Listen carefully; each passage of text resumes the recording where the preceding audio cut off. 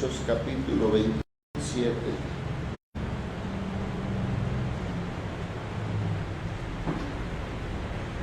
Verso 20.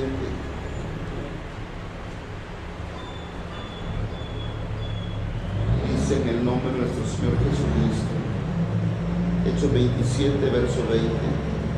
Y no apareciendo ni sol ni estrellas por muchos días, y acosados por una tempestad no pequeña, ya habíamos perdido toda esperanza de salvarnos. Vamos hasta ahí la lectura. Hemos titulado a la meditación de esta mañana: ¿qué hacer cuando todo parece perdido? ¿Qué hacer cuando todo parece perdido?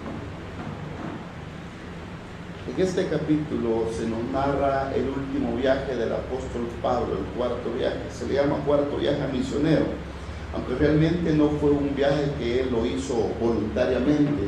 Él iba aquí como preso, que iba a ver a encontrarse con Nerón, ese César tirano que muchos lo catalogan y lo comparan como con un espíritu tan malvado como que era el anticristo, este mismo Nerón. Este mismo Nerón tenía relaciones sexuales con su madre. Este Nerón fue capaz de, otros dicen que también era homosexual. También Nerón fue capaz de quitarle fuego a la ciudad de Roma y culpar a los cristianos.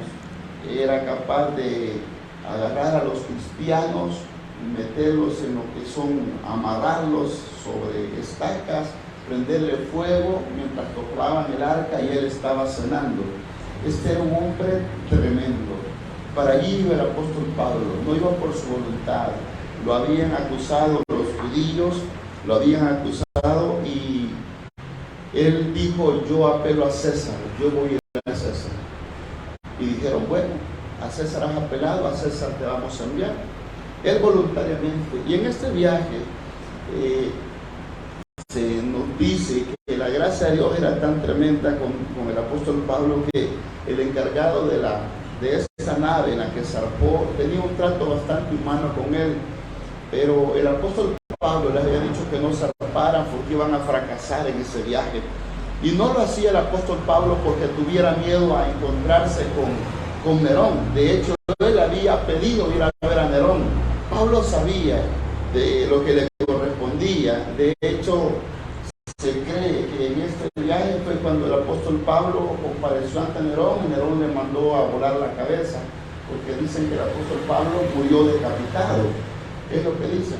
Pero él les dijo porque estaba, reduzco yo, en la eternidad que iban a pasar estas personas a futuro. Una eternidad sin Cristo. Y se fueron en el mar, hubo una tempestad, y el versículo que leímos dice que no apareciendo sol y estrella por muchos días. Él dice, no solamente no había sol ni estrella, estaba todo oscuro, sino que había una tempestad. De manera que el apóstol Pablo, el hombre de espíritu indomable, el hombre de fe, dice él que ya habíamos toda esperanza de salvar. Este hombre de fe, el apóstol Pablo, llegó a decir: no hay esperanza. Ya definitivamente estamos en medio del mar, la tempestad está arreciando, ya días de no ver sol, y era tanta la angustia que había en la tribulación, que dice de que no habían ni siquiera ingerido alimentos. Ellos sabían que iban a morir, pero sin embargo, el apóstol Pablo, con aquel espíritu que lo caracterizaba, que tenía una comunión con Dios, él se paró en medio de esta tribulación que estaba angustiada y le dijo: no teman, dice el Señor que es tiempo que podemos a comer, porque el ángel del Señor estuvo anoche conmigo. Mire qué privilegio más grande, que en medio de la tribulación y en medio de la angustia, el apóstol Pablo se acordó de orar, porque él dice: habíamos perdido toda esperanza de salvarnos. Pero allá en ese momento el apóstol Pablo, en los momentos de dificultad, en los momentos de angustia, el apóstol Pablo había desarrollado una comunión con Dios, que él se dedicaba a orar en los momentos de angustia, contrario a lo que nosotros hacemos. El problema cuando viene a nuestra vida o la angustia, lo primero que hacemos es dejar de orar, es dejar de congregarnos. Lo que marcó la diferencia en el apóstol Pablo es que había una presencia de Dios en él y había tenido experiencias sobrenaturales con el Espíritu de Dios, con el Señor, porque dice de que el verso 23, porque esta noche ha estado conmigo el ángel de Dios, de quien soy y a quien sirvo, diciendo: Pablo, no temas, es necesario que compadezcas ante César, y aquí Dios te ha concedido todos los que navegan contigo. Por tanto, varones, tened buen ánimo, porque yo confío en Dios que será así como se me ha dicho. Primero el apóstol Pablo dice: no había esperanza. Pero luego en ese momento él ora a Dios y el ángel se le aparece. Miren qué precioso. Decir, el ángel del Dios de quien soy, a quien sirvo, estuvo conmigo anoche. Y él me dijo de que no va a aparecer ninguno, porque tengo que cumplir una misión. La misión de que Dios tiene para mí, el propósito de Dios es que yo vaya a donde César. ¿Ustedes creen que el apóstol Pablo, cuando compareció ante César, no le predicó el evangelio? Sí, se lo predicó. El apóstol Pablo, aún encadenado, él aprovechaba la oportunidad de predicar el evangelio, de hacerle ver a las personas que había oportunidad para el ser humano. Entonces podemos aprender que el apóstol Pablo, en los momentos de dificultad, él oraba. Pablo, al igual que usted, al igual que yo, se debilitaba por momentos. Hubo un momento en que él dice: ya todos me han abandonado. Es muy parecido. Leía hoy por la mañana en Crónicas y me llamaba mucho la atención. Leí la historia sobre David cuando él subió al reino. Dice que llegó un pueblo, un grupo de israelitas donde él, y dice: cuando llegaron, David los encontró y les dijo: si vienen para añadirse y ayudarme, pues está bien, pero si ustedes vienen para engañarme y para hacerme daño, que Dios vea y lo juzgue entre ustedes y yo. Y dice de que se levantó uno de los 30 valientes que él tenía y profetizó y le dijo a David: por ti, oh David, y para ti, hijo de Isaí. Y ahí el Señor me mostraba algo, que los que estaban a la par de David manejaban un calibre de espiritualidad, un guerrero. Y eso me llevó a pensar que los que quieren trabajar conmigo van a tener que trabajar a la familia en oración. Yo dije que a partir de ahora va a ser obligatorio que estén midiendo el liderazgo cuando se convoque a alguien. Va a ser obligatorio. Vamos a apretar un poco más, porque no puedo trabajar con gente que no se meta en la visión de que Dios pueda manifestar su presencia aquí. Dice un dicho del mundo: una manzana podrida arruina todo. Usted que vende verduras, un tomate le arruina la caja. Necesitamos pedirle a Dios. Yo le pedí a Dios: depúrame la lista de lo que tú me has pedido. Sé tú, Padre Celestial, lo que hizo con Gedeón: apártame aquellos que tú me has llamado. Necesito gente que se meta en la misión, gente que quiera hacer algo, gente que sienta angustia y dolor y preocupación porque esto está solo. No gente que me critique a los que no vinieron. Quiero gente que se meta a interceder y a pelear por él. ¿Qué hacer cuando todo está perdido? Podríamos decir que todo está perdido con esa gente que no quiere nada de Dios. No está perdido. El apóstol Pablo, en los momentos de angustia, empezó a orar y un ángel se le apareció. ¿Y qué es lo que nosotros necesitamos hacer cuando aparentemente todo está perdido? Muchos podemos estar en una situación de espiritualidad, creyendo que nuestra vida no va a cambiar.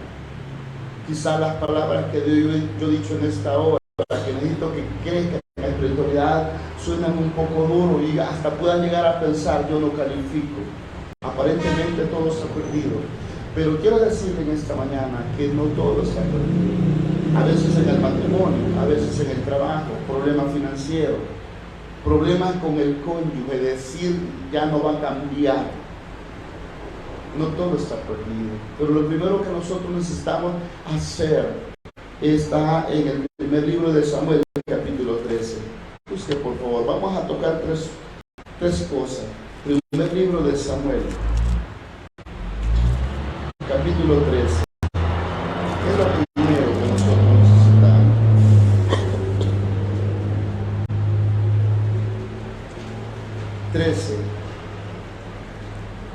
Versículo 5 dice: entonces los filisteos se juntaron para pelear contra Israel, 30,000 carros, oiga, 30,000 carros, 6,000 hombres de a caballo, y pueblo numeroso por la arena que está a la orilla del mar, y subieron y acamparon en Mimas, al oriente de Bet-Aven.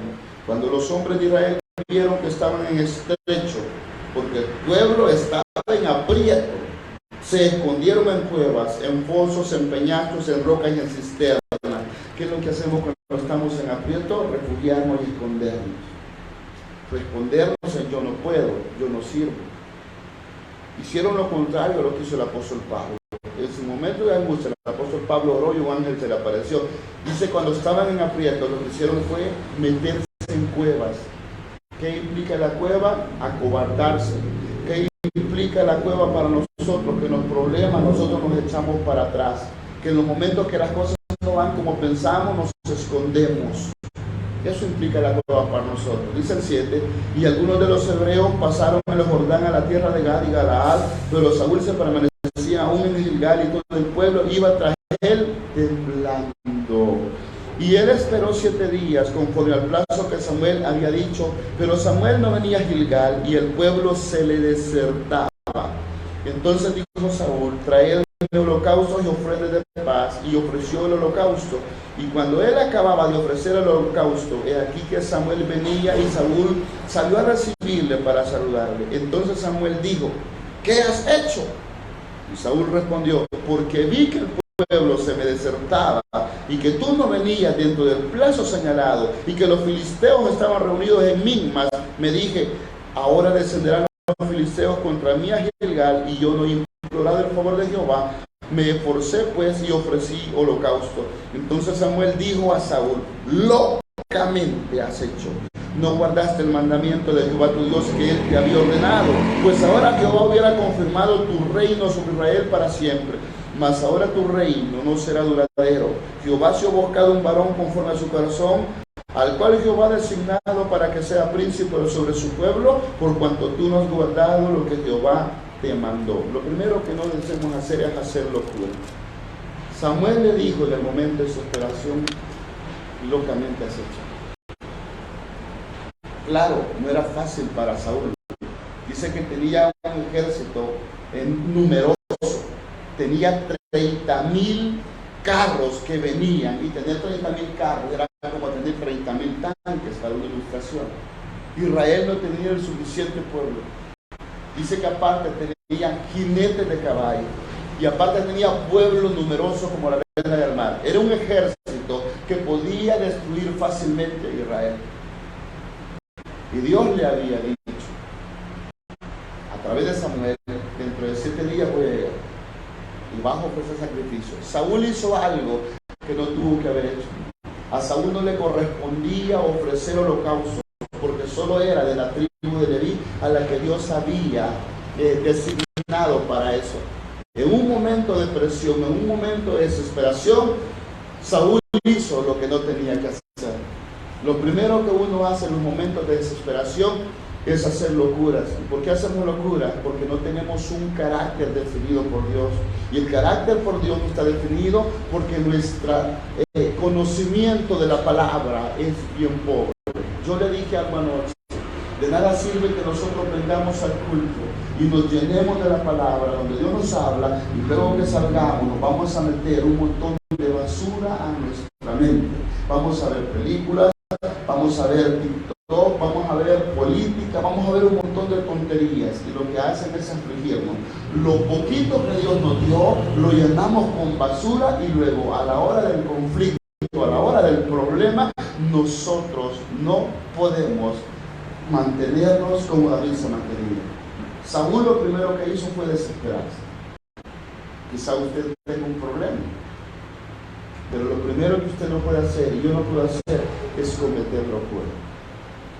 No podemos cometer locura. Saúl le dijo, locamente has hecho, y por esto que has hecho, Dios te ha desechado. Dios se ha buscado a alguien conforme al corazón de él. Una locura nos puede llevar a pagar un precio altísimo, y no solo a nosotros, también a nuestra familia. Saúl cometió una locura y en su locura arrastró a sus hijos. Jonatán iba a reinar después de él, era el primer hijo, pero Jonatán murió también.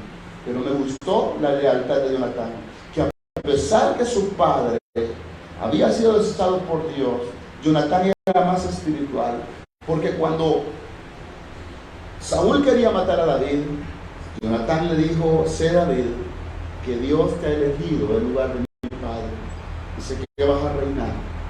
Jonatán no tuvo envidia de David. Jonatán era más espiritual que Saúl. Jonatán comprendía el propósito de Dios. Y si hay algo que nosotros necesitamos comprender como hijos de Dios, en los momentos de debilidad, ser espirituales. Y solo se hace espiritual cuando hay oración, cuando hay Biblia. Cuando Samuel lo confronta, ¿qué has hecho? Lo primero que Saúl le dijo fue que el pueblo se lo estaba desertando. Unos ya se habían corrido, porque saben que en los momentos de dificultad muchos lo abandonan a uno. En los momentos de dificultad nos deja hasta la familia y no le importamos. Cuando usted más necesita es cuando más lo van a abandonar, cuando más lo van a señalar, cuando más lo van a criticar, cuando más lo van a acusar. Dice que unos se fueron, otros se desertaron, porque muchos fueron, otros iban a la batalla, pero ¿qué dice? Iban temblando detrás de Saúl. Pero sin embargo, aunque temblando, pero lo iban siguiendo. Saúl, al ver que el pueblo se le desertaba, que dice, y yo no he implorado el favor de Jehová, que nos muestra, Saúl no era un hombre de convicciones en Dios, Saúl no era un hombre de oración. Tuvo 7 días, y en esos 7 días él pudo haber estado orando, él pudo haber estado buscando el rostro de Dios, él pudo haber dicho, sosténme mientras se llega la fecha, pero él no lo hizo. Dice que yo no he invocado el favor de Dios. ¿Cuántos de nosotros en el problema no estamos invocando el favor de Dios? Queremos ser hijos de Dios, pero queremos tener vidas autónomas. Queremos vivir como nosotros pensamos que tenemos que vivir. Queremos vivir, pero no queremos renunciar a lo que hay en el mundo. Eso es lo que sucede, hacer locura. Y en los momentos de locura, ¿sabe qué es lo que hacemos? Lo primero que hacemos es prometerle cosas a Dios. Yo te prometo tal cosa, yo voy a hacer tal cosa. Y yo se lo he dicho hasta la saciedad, a Dios no le importan sus cultos de acciones de gracia, donde usted venga y dé un pan con pollo y dé un plato de comida. Eso delante de Dios no tiene valor. Tiene valor que usted cumpla la palabra de Dios, que yo cumpla la palabra de Dios. Porque uno puede venir y en la acción de gracias dar un culto de acción de gracias y dar un plato de comida y luego salir de ahí, de ese portón para afuera y seguir viviendo a nuestro antojo. Y eso no es el propósito de Dios. El propósito de Dios es que nuestras vidas sean transformadas. Le estoy diciendo que no lo haga, no hágalo, está bien. Usted siente en su corazón dar un pan con pollo, hacer una comida, hágalo. De hecho, David alimentaba al pueblo. Después de que llevaron el arca, dice que le dio una torta a cada uno de los pueblos. No es malo. Lo malo es que solo le demos un plato de comida a la gente y salgamos del compromiso. Dios espera que nuestras vidas sean transformadas. En los momentos de desesperación podemos hacer locuras. Podemos prometerle a Dios de todo. Yo te prometo que voy a consagrarme. Yo te prometo que voy a orar. Yo te prometo que voy a hacer esto. Yo te prometo que voy a hacer lo otro. Si tú, miren, hay muchos que los financieros hasta le prometen, si tú me das esta situación, yo te prometo que te voy a empezar a diezmar. Como que si podemos comprar a Dios con favores económicos. Si esa es nuestra responsabilidad, hacer los aportes para el sostenimiento de su obra. Porque todo lo que tenemos es de Dios. Él nos lo ha dado. Y a pesar de que lo sabemos, nuestros corazones son duros y no queremos darle a Dios. Sabemos, pero no queremos. Nos excusamos en cualquier cosa, pero siempre hemos dicho, eso es voluntad. Es Dios quien toca los corazones. Uno en un momento de desesperación puede hacer cualquier tontería, cualquier locura. Y entonces necesitamos ser como el apóstol Pablo, que él se dedicó a orar hasta que tuvo una respuesta de parte de Dios. Esta gente no. Esta gente se desesperó. El problema era grande, no era fácil para Saúl. Pero eso nos muestra que el liderazgo de Saúl era débil, porque no tenía comunión con el Señor. Si usted se percata, cuando David decide traer el arca, le dice que desde el tiempo de Saúl, el arca que representaba la presencia de Dios estaba ignorada. Nadie le prestaba importancia. Y David dijo, hay que traerla, porque para David la presencia de Dios era lo más importante. Y eso es lo que estamos tratando, que en nuestra congregación sea de aquí en adelante. La presencia de Dios es lo más importante. Porque el único que va a cambiar la presencia de Dios, la vida de las personas, es la presencia de Dios. Nadie más. Nadie más. Hay quienes se están ahogando en su veneno y nadie puede hacer nada por ellos. Nadie. Usted puede aconsejar y usted puede decirle, pero si Dios no toca y transforma esas vidas y no les convence de pecado, nadie lo va a poder hacer. Si usted intenta corregirlo, que harán es enojarse. Si usted intenta decirle las cosas, mire, yo me encanta las personas que son lindas para decir la verdad. Me encanta cuando le voy a decir mis verdades y lo felicito por la valentía, pero no apoyo la cobardía que cuando se dice la verdad no tienen las agallas para aguantar así, sí es cierto. Lo que hacen es ponerse a la defensiva. Muchos decimos, yo digo las verdades en la cara, pero así como digo las verdades en la cara, necesito tener la humildad para decir, sí es cierto, me equivoqué. Pero qué lindo es decir las verdades, y cuando con las verdades me confrontan, yo me molesto, me enojo y empiezo a la defensiva. La gran mayoría somos así. Nos encanta decir verdades, pero no tenemos la humildad para aceptar cuando nos dicen la verdad. Porque eso hiere, porque eso duele, porque yo estoy bien. Cometemos locuras en un momento de desesperación. Y es lo que Dios nos espera, que usted y yo cometamos esas locuras. Eclesiastés capítulo 5, vea lo que dice, antes de cantar es antes de Isaías. Está Isaías, antes está cantar, y luego antes está Eclesiastés. Eclesiastés capítulo 5, versículo 2 al 5. No te des prisa con tu boca, ni tu corazón se apresure a proferir palabras delante de Dios, porque Dios está en el cielo y tú sobre la tierra. Por tanto sean pocas tus palabras, porque de la mucha ocupación viene el sueño, y de la multitud de las palabras la voz del necio. Cuando a Dios haces promesa, no tardes en cumplirla, porque Él no se complace en los insensatos. Cumple lo que prometes. Mejor es que no prometas y no que prometas y no cumplas. No dejes que tu boca te haga pecar, ni digas delante del ángel que fue ignorancia. ¿Por qué harás que Dios se enoje a causa de tu voz y que destruya la obra de tus manos? ¿Cuánto le hemos prometido a Dios y no le hemos cumplido? Quizá usted que está aquí sentado, quizá yo que estoy acá, le he hecho promesas a Dios en el pasado y le hemos incumplido. Puedo decir por mí, yo le he prometido a Dios y le he incumplido, y he pagado las consecuencias de no cumplirle mi promesa. Yo no sé si usted que está sentado ahí, me atrevo a decir que sí, que la gran mayoría que estamos sentados aquí le hemos prometido a Dios y luego nos hemos olvidado de nuestras promesas. Yo le hablo por mí, pero me atrevo, soy abusivo de decir de que la mayoría que estamos aquí le hemos prometido a Dios en los momentos de angustia y luego nos hemos olvidado. ¿Y qué es lo que dice? Cuando Dios hace promesa, no tardes en cumplirlo. Y pregunta, ¿por qué harás que Dios se enoje y destruya la obra de tus manos y luego todo se empieza a perder? ¿Por qué? Porque nos fuimos de boca. Él está diciendo, no te olvides, Él está en el cielo, tú estás en la tierra. No olvides, Él es superior a ti. No olvides, tú eres polvo, Él es el Dios creador. Necesitamos comprender eso. ¿Qué es lo primero que necesitamos hacer en los momentos cuando todo parece perdido?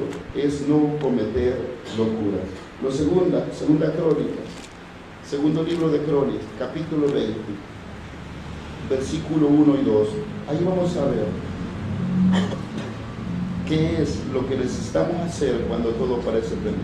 Segundo libro de Crónicas, capítulo 20, versículos 1 y 2. Dice: pasadas estas cosas, aconteció que los hijos de Moab y de Amón, y con ellos otros de los amonitas, vinieron contra Josafat a la guerra.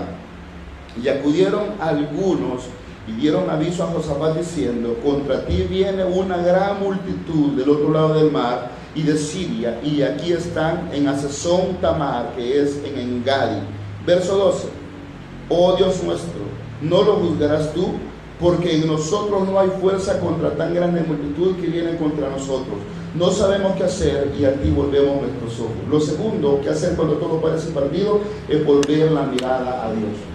Lo que menos hacemos cuando todo parece perdido es volver a Dios nuestra mirada. Lo que menos hacemos es eso.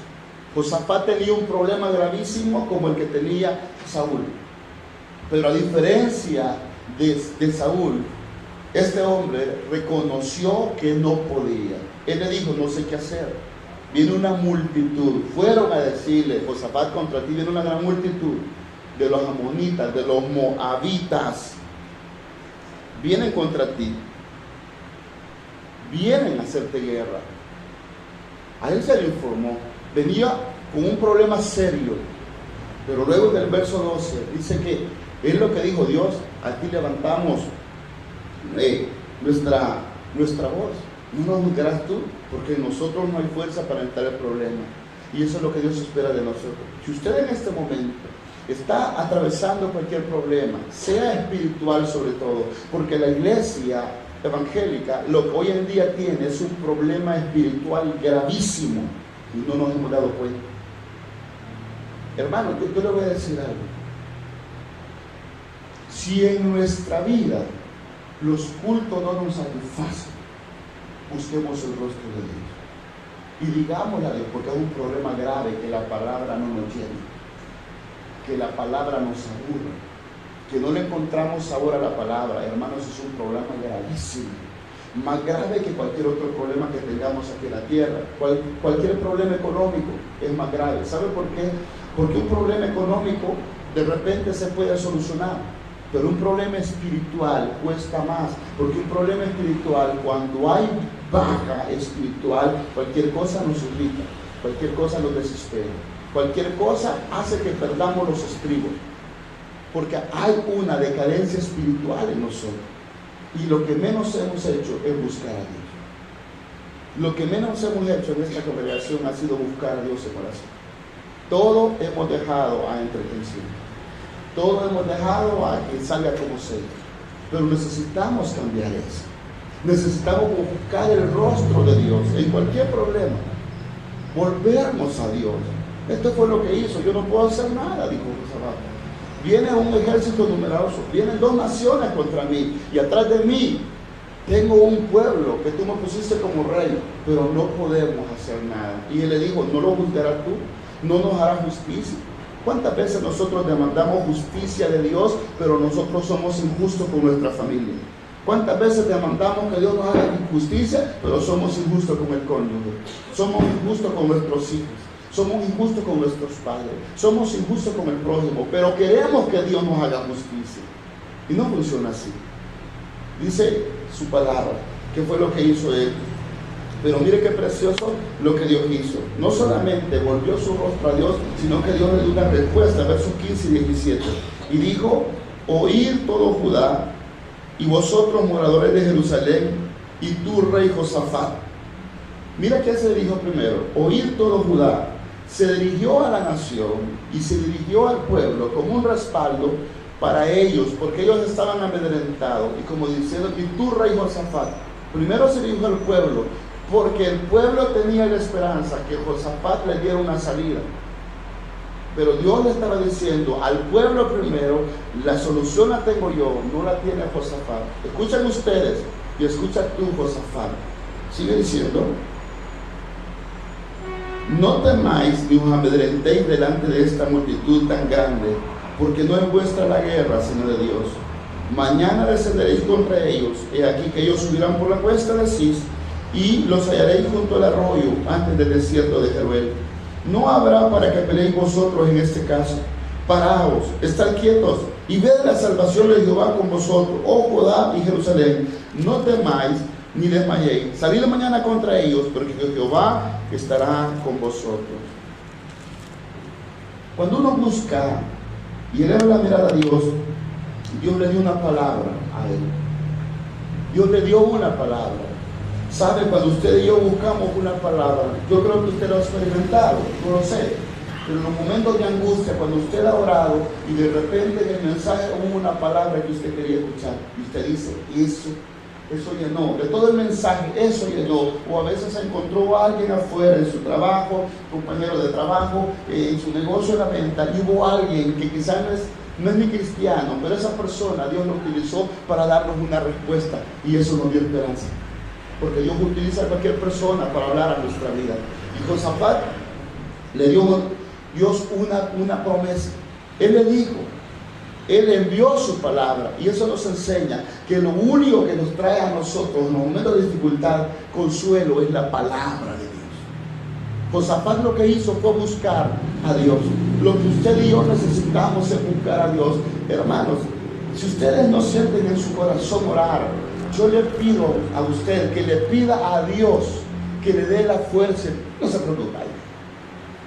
Pídale a Dios, Dios, dame la fuerza para orar. Gracias. Dame la fuerza para orar.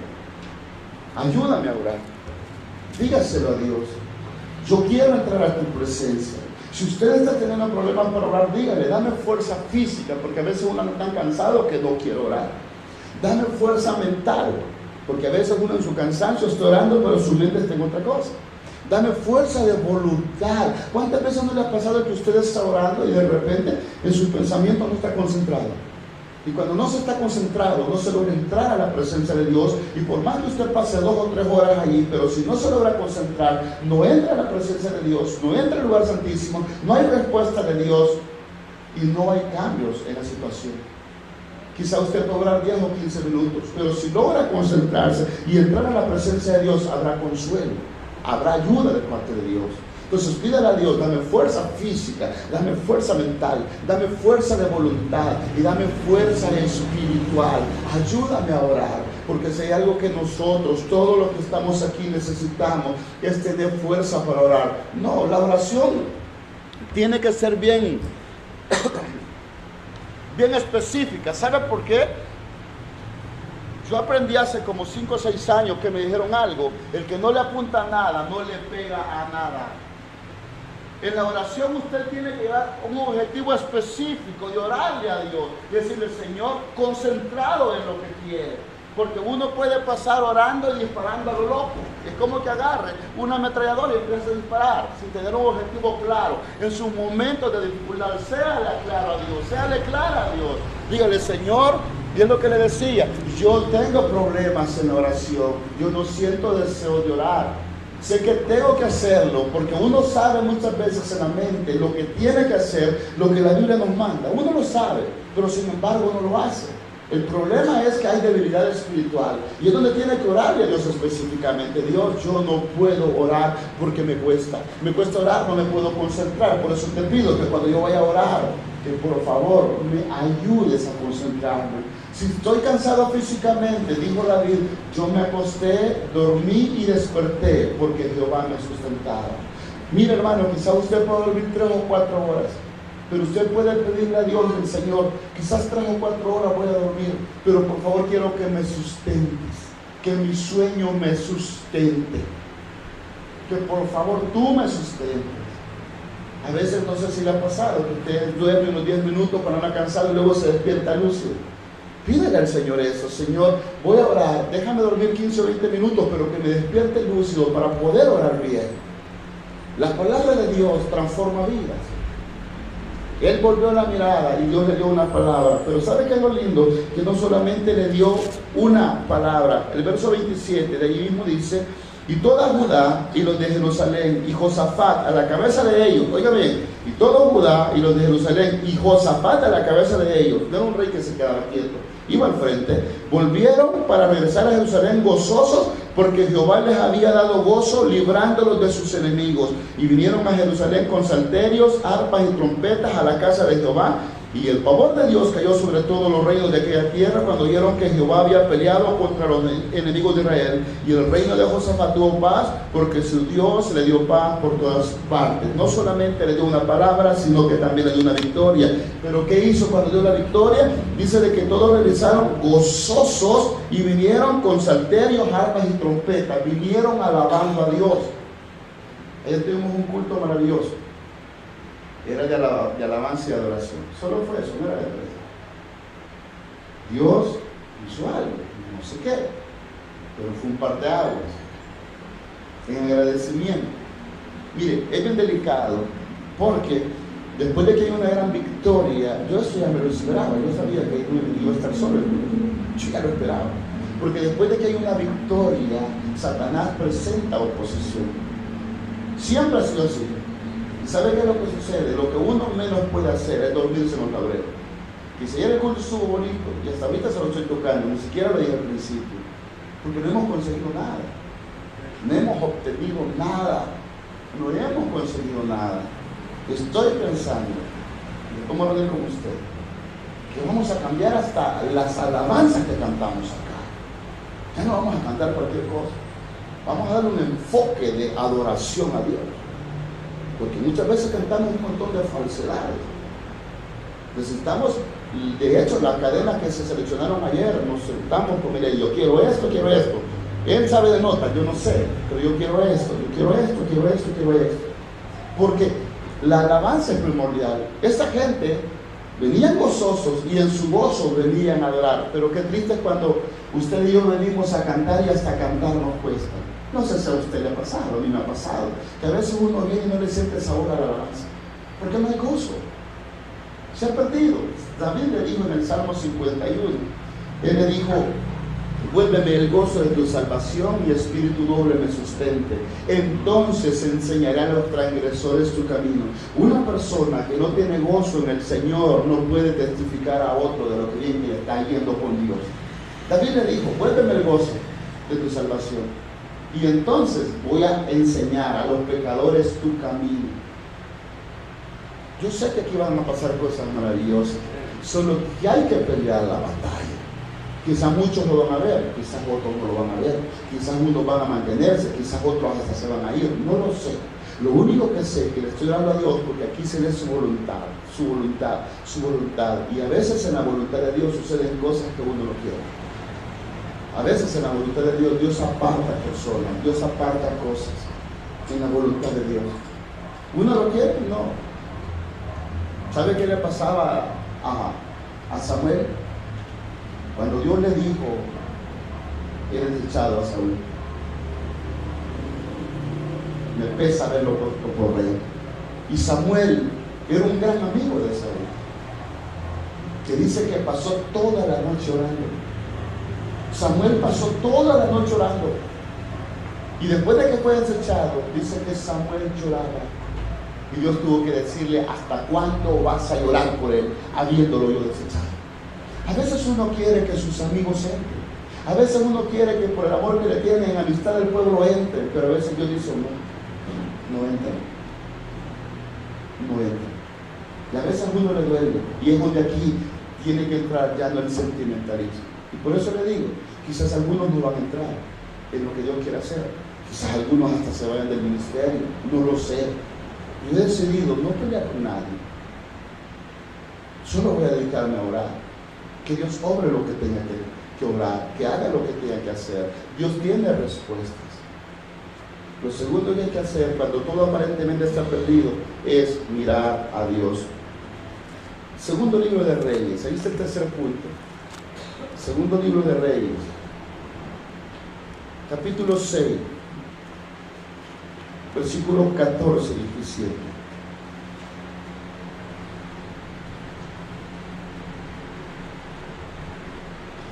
Entonces envió el rey allá gente de a caballo y carros y un gran ejército, los cuales vinieron de noche y sitiaron la ciudad.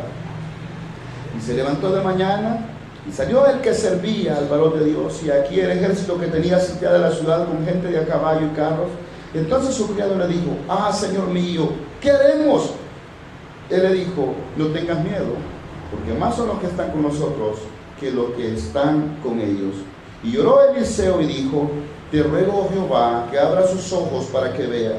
Entonces Jehová abrió los ojos del criado y miró, y aquí que el monte estaba lleno de gente de a caballo y de carros de fuego alrededor de Eliseo. Lo tercero que hacer cuando todo parece perdido: saber que son más los que están con nosotros que los que están con el enemigo. Estar consciente de ello. Tenían rodeado a Eliseo. Un rey lo mandó a rodear. Eliseo estaba en paz. ¿Qué marcaba la diferencia entre Eliseo y Giezi?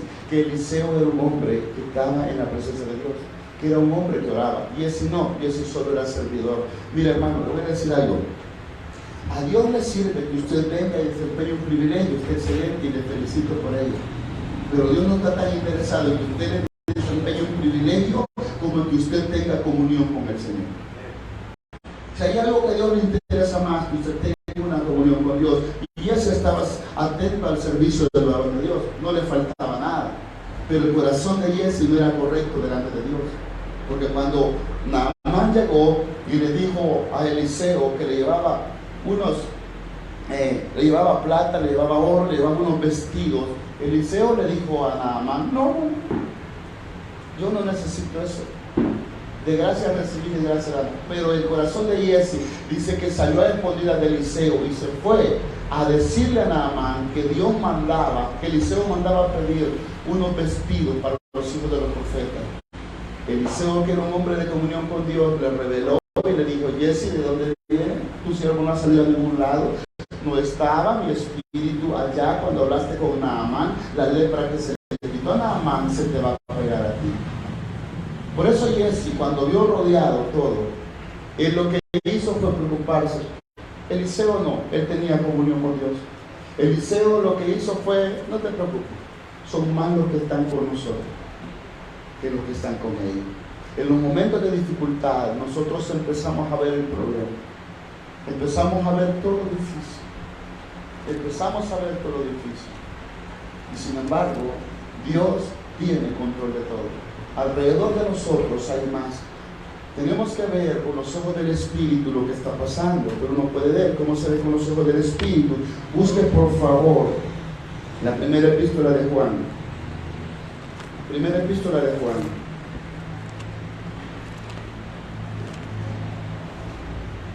Capítulo 4, versículo 4. Dice: hijitos, vosotros sois de Dios y lo habéis vencido, porque mayor es el que está en vosotros que el que está en el mundo. ¿Cómo se ve con los ojos del Espíritu?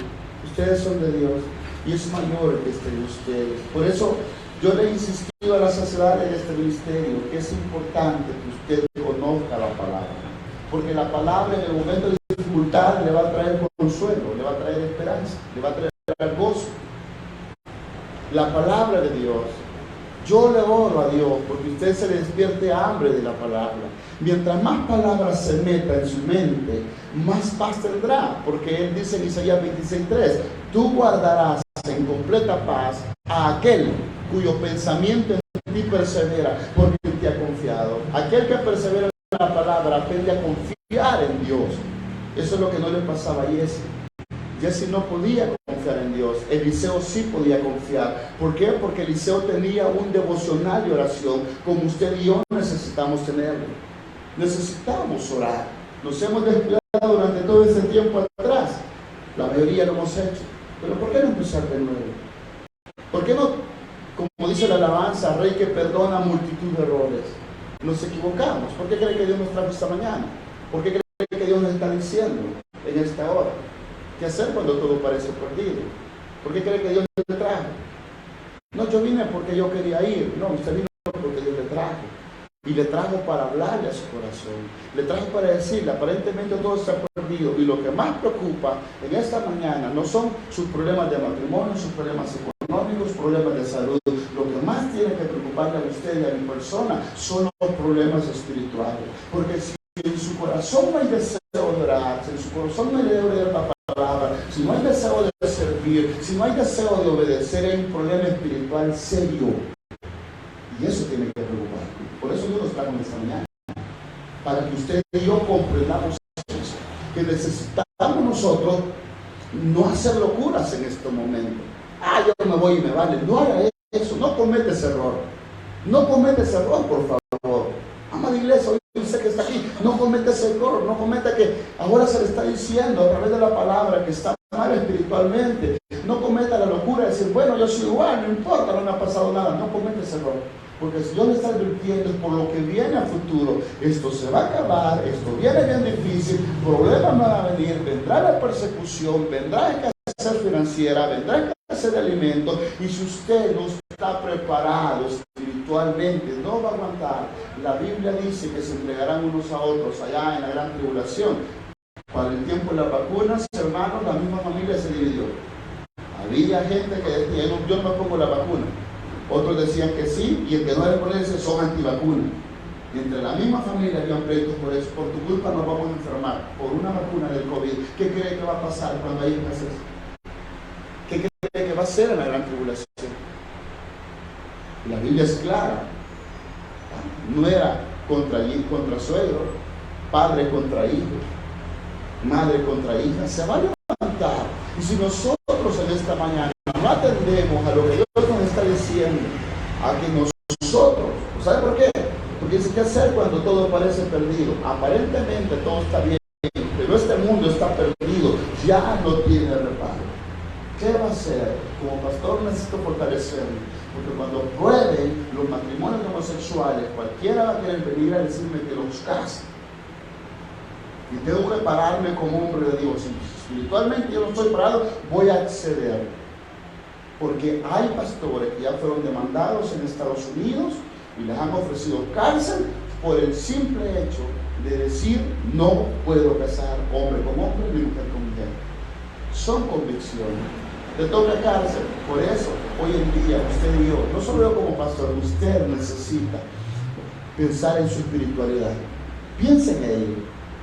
No cometa locuras en este momento. No conozca que por aquí me entró y por aquí me salió. Piense que en esta mañana Dios le trajo para que pueda entrar en la visión de Dios, no en la visión del pastor, en la visión de Él, de la presencia de Dios. Segundo, hay que volver la mirada al Señor. El único que espiritualmente le puede ayudar en este día no es el pastor, no son los hermanos, no son la lideresa, ni los líderes, ni los predicadores. Solo es Él. Hay que volver la mirada al Señor. Y tercero, reconocer que más son los que están con nosotros que los que están en el mundo. Dios nos ha dado todo para obtener la victoria. Él dice que en Cristo somos más que vencedores, pero sin embargo somos como el pueblo de Israel que iba detrás de Saúl. Estamos en las cuevas, tenemos el Espíritu de Dios y nosotros espiritualmente estamos mal porque nosotros nos hemos descuidado y lo hemos decidido así. No es el propósito de Dios. No sé cuántos entrarán en este nuevo proyecto de Dios para nosotros. No sé cuánto. No sé cuánto. Solo sé que Dios hará algo. De hecho, Dios está haciendo algo. Vamos a tratar de recuperar, no la asistencia a los cultos. No tengo como objetivo que la iglesia se me llene. El objetivo es que la gente se llene de Dios, eso quiero. Que la gente sienta a Dios. Que se quite la costumbre que salimos del culto y ya venimos a cumplir. No, yo quiero que cuando salgamos de aquí vayamos a la casa y que los hijos de Dios no se acuesten sin orar todas las noches. Que los hijos de Dios hagan la oración una necesidad. Eso es por lo que estoy orando a Dios. Que los hijos de Dios sientan la necesidad de leer la palabra. Que sientan la necesidad de vivir para Dios. Porque podemos llenar aquí un montón de gente. Pero eso se va a dar cuando nosotros estemos preparados para sobrellevar las situaciones de los demás. Dios nos trajo esta mañana para hablar a todos, para hacernos ver eso. Vivimos tiempos peligrosos, vivimos tiempos difíciles, tiempos muy difíciles. Y esto va de mal en peor. Si Dios no obra en la vida de las personas, nadie lo va a hacer. Y esta mañana yo quiero orar por usted que está aquí. Yo no puedo hacer nada por usted. Solo puedo suplicarle a Dios por su vida. Lo demás le corresponde a Dios. Espero en el Señor que en su misericordia usted pueda entrar en la visión de Dios, que pueda entrar en la voluntad de Dios. Y si no lo hace, ya no depende de mí, depende de Dios. Quiero que cierren sus ojos en esta hora y alguien que me ayude por favor aquí en el teclado. Yo quiero que nosotros todos juntos oremos unos por otros. Mientras cantamos Padre del Cielo, te adoramos. Yo oraré por usted mientras toca mi hermano. Padre del Cielo, te adoramos. Alzamos hoy tu nombre en alto. Usted y yo vamos a orar. Padre, en el nombre del Señor Jesucristo, en esta hora, Padre Celestial, levantamos a ti nuestras palabras. Señor, tú conoces el corazón de cada uno de los que estamos en este lugar. Tú lo sabes todo.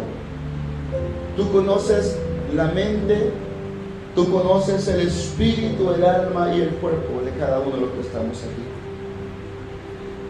Señor, yo no sé cuál es tu voluntad para cada hermano y hermana que está aquí. Para aquellos hermanos que nos escuchan en vivo, no lo sé cuál es tu voluntad. Pero en esta mañana, Padre Celestial, quiero suplicarte, por favor, por cada uno de nosotros. Señor, tu propósito es que no cometamos locuras. La única forma en que no vamos a cometer locuras es teniendo comunión contigo. Y yo te pido por este pueblo que está aquí, que puedan comprender que espiritualmente necesitan un cambio. Yo te quiero suplicar en esta hora por este pueblo, Dios, que vuelvan su mirada a ti, que todos los que nos congregamos acá podamos volver nuestra mirada a ti, por favor, así como lo hizo Josafat, que confió en tu palabra y pudo volver su mirada a ti. Te quiero suplicar, Padre Celestial, que la fe de cada miembro, Padre Celestial, de los que están aquí en este momento, en este local, sea fortalecida, Padre Celestial, y que la fe de cada uno de nosotros sea, Padre Celestial, fortalecida en el poder del Espíritu, y que podamos darnos cuenta que más son los que están, Padre Celestial, con nosotros que los que están en el mundo. Te suplico por cada hermano y hermana, Padre Celestial, que está aquí. Señor, yo te ruego, por favor, que tú puedas obrar en aquellos que hoy no vinieron al culto de la mañana. Algunos no vinieron por su trabajo, algunos decidieron no venir.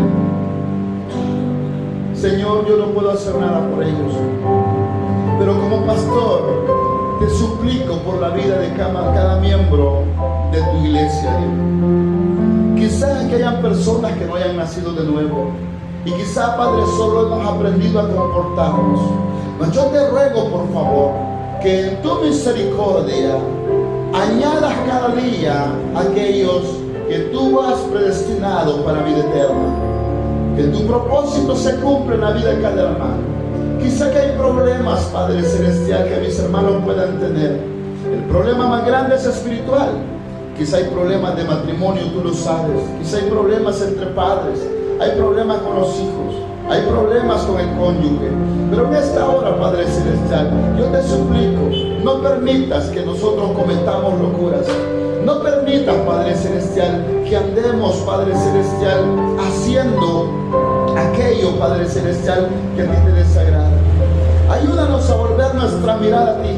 Ayúdanos, porque reconocemos, como Josafat reconoció, que no tenemos fuerza contra el pecado, que no tenemos fuerza, Padre, contra el mundo, con los deseos de la carne. Sencillamente, si tú no obras en nuestra vida, nadie puede hacerlo. Si tú no cambias nuestra vida, nadie puede hacerlo. Yo te ruego por los que están acá, que en tu misericordia y tu propósito toque sus vidas. Ayúdales, por favor, Señor. Toca su vida. Toca sus vidas espirituales. Por favor, yo te ruego que les des fuerza física. Yo te pido que les des fuerza mental. Dale fuerza a la voluntad. Dale fuerza espiritual. Dale sabiduría e inteligencia. Llénanos del conocimiento de tu voluntad. Que podamos tener la comunión que tenía el apóstol Pablo contigo. Que podamos tener la comunión que tenía Eliseo contigo. Padre, que podamos ser hombres y mujeres que quieren hacer tu voluntad. Te pido por los que escucharán en diferido, por los que han escuchado en vivo, Padre Celestial. Llega tú, Padre Celestial. Cumple tu propósito en este lugar. Cumple tu propósito, por favor, por todos aquellos que no vinieron. Transforma las vidas. Añade, Padre Celestial, cada día aquellos que van a entrar en tu voluntad para sacar adelante, Padre Celestial, tu obra. En el nombre de Jesús te lo suplico.